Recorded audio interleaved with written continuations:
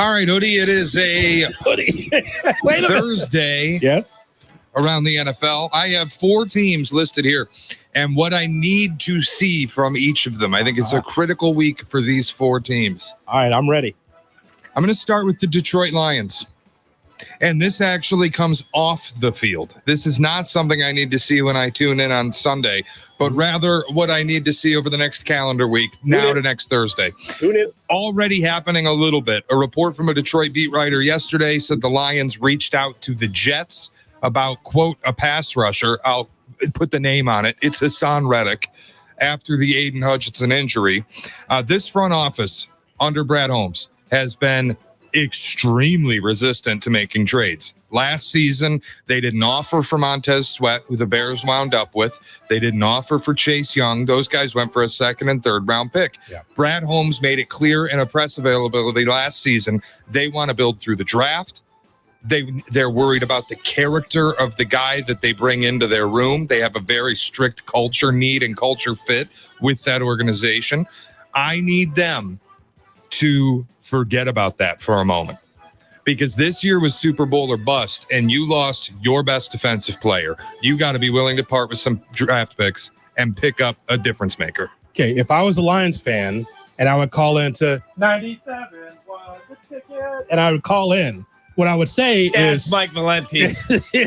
what I would do is say that philosophy was cool when we weren't winning, but now it's the time. You know that you could become a perennial playoff team. So this whole thing about character and we're going to keep building through the draft and we're not going to upset the no. It's like the Bears in a lot of ways. You've already been in the playoffs. You've already had a taste of it. You like your core, but it's time to add. You can't have that same approach as you had 3 years ago. It has to be now if you're the Lions. I don't disagree. They need to be aggressive, but I completely disagree. You do not bring bad culture fits into your room. That is what starts to erode what you've built. No, I do not want bad culture guys. Completely agree with him. That's why that dude is a hell of a GM, Brad Holmes. He's done a really good job, but every guy in that room is a culture fit. Well, not for everybody. That has to continue. Well, Cap, not like everybody, but just everybody that's out there is not a bad culture fit. You got to find someone that fits the production that you need, correct? If you said there's a hell of a player out there, he's a questionable guy in the room, though. Not interested. You know how to pass, but you still have to fill the bill. You still have to fill that roster spot. Like Hutchinson being out, you need to be able to find someone that could help you. Right. I got to find, like, if you tell me Hassan Reddick's the guy and he's a good teammate, okay, I'm interested. But I'm not bringing a bad culture fit. You do not bring that in your room. That's fair. Pretty sure we can speculate Hassan Reddick is not a great teammate, by the way. Then you pass and find someone else. But you just don't say, Bingo. We just love our choir boys, and if we don't get it done this way, that's all right. We'll wait until next year. It's not about next year. The Lions are in a different stratosphere to me than the Bears. You've already had a taste. So you got to be able to fill some of these spots. Yeah, it's now. Yeah. It's right now. Hassan Reddick played how many years he put 4 years in Arizona? Like, he's moved around, I would have to know, but he plays, man. That dude played 16 games, 16 games, 16 games, 16 games, 16 games, 17 games, 17 games. That dude plays. Tells me that he is probably a pretty good culture guy. What tells me isn't, though, is that the Eagles were very willing to move off of him after a 10.5 sack season, take Bryce off. Then he goes to New York, holds out to the point now moving with agents. I don't know. Who knows where his head's at? Debbie and Dearborn, you're on the ticket. Go ahead. All right, the Vikings are my second team here. This is the Vikings' chance to totally cement themselves as possibly the best team in the NFL this year. At home against Detroit, I need to see them beat the injured Lions at home and move to 6-0 before I really believe there won't be any regression with this team late in the season. Why do I say that? Think about their last 2 seasons, defined by extremes. In 2022, they started 8-1 before finishing the season 5-3 down the stretch and losing a home playoff game. 2023, they start 1-4, looked horrible before battling back to 6-4 and ultimately finishing 7-10. Just a bunch of long streaks throughout their season. Right. Now they're 5-0. I need proof Kevin O'Connell's team will not have that regression and drastically change who they are. Go win. You have a banged up Lions coming to Minnesota. Beat them. Tells a great story. There's been a couple of really impressive wins for the Vikings. They're all impressive when you win in this league, as much as they have, Cap. But the win against the Texans, the way they beat the Texans, 34-7, to be able to find a way to win a ball game against Green Bay on the road, also very impressive. So I said this earlier this week. It's a game to watch, not just because I'm an NFC North fan or a Bears fan. It's just interesting to see how good the Vikings can be and how much resolve do the Lions have without Hutchinson. How will this play out? That's going to be a big test for both teams. That's a really talented Lions team. I'm not convinced that the Lions are going to lose that game. Shea is. But I'm looking forward to seeing what happens. I'm also really excited for 49ers and Chiefs. Like, that's got to be 49ers early season Super Bowl, I would think. That will tell a story about the 49ers. Yes. I'm glad you mentioned that, Cap, because the Chiefs are my next team. Bring it on. Number 3. When's the last time the Chiefs scored 28 points in a football game? Watching the Bears. Super Bowl? Super Bowl? Nope. How about November 26th, 2023 against the Los Angeles Chargers?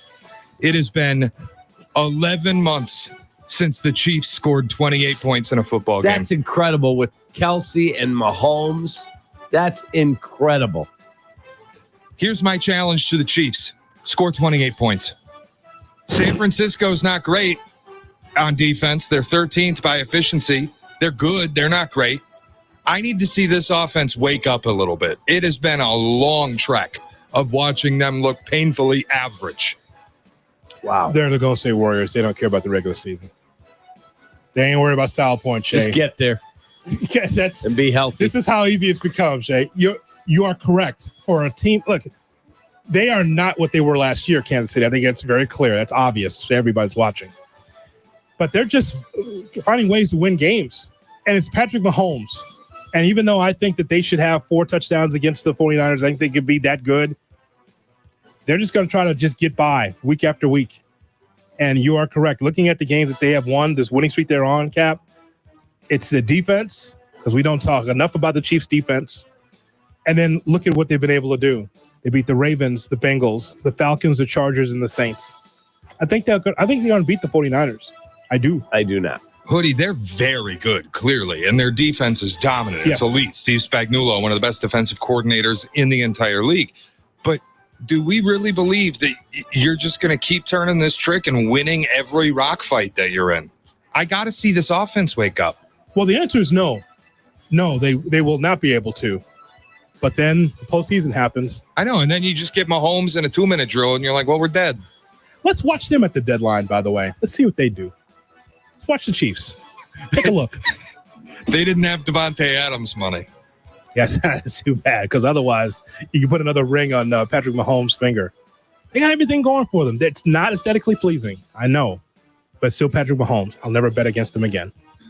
Quickly, last team. Did. I was putting my picks in at break. I took the Niners. Okay. Good luck.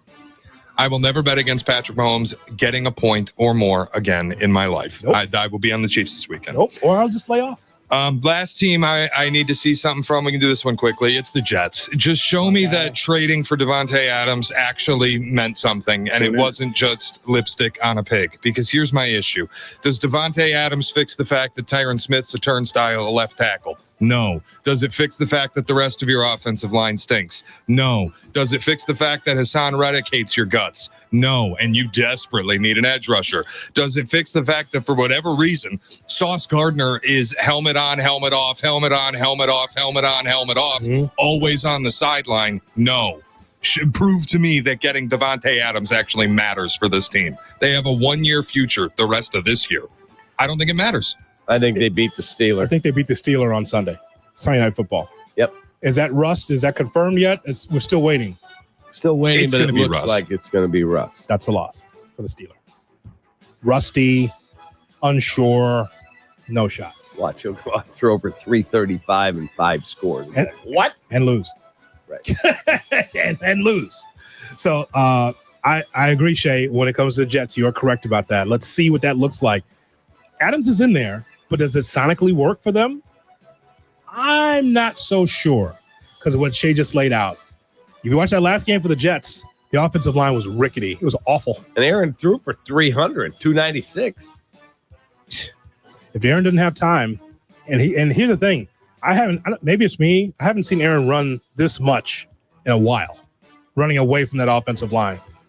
Oop, At age 40 plus. That's tough. On a bad wheel, by the way. Also a bad wheel. Yeah. Deal breakers next.